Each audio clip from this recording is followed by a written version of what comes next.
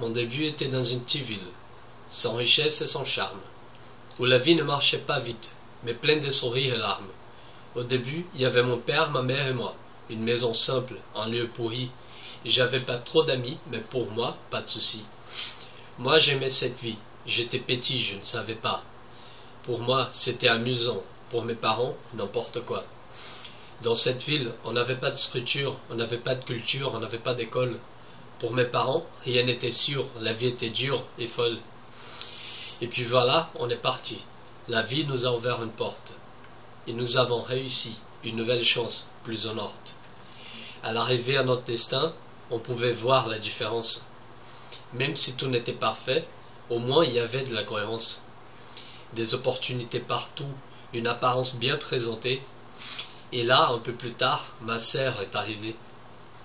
Ma mère nous a protégés dès que nos pères est parti. Une femme forte nous a créés et bien enseignés à être polis. À l'école, j'étais pas en paix, j'étais vie à vie à la drogue. Et heureusement, le sport m'a sauvé à l'époque. Mais je peux pas dire que ma vie était vraiment la torture. Puis que le sport m'est arrivé, ça n'était pas forcément si dur. Avec le sport, j'ai passé des heures, j'ai changé d'air, j'ai connu l'amitié.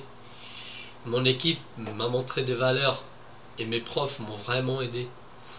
Au gymnase, j'ai appris des techniques et des choses uniques à ma vie. Et aussi une philosophie qui jusqu'à aujourd'hui me suit. Une âme de guerrier n'est pas construite en atelier comme les œuvres des Rodin, ni imprimée comme cachée sur le cœur des êtres humains.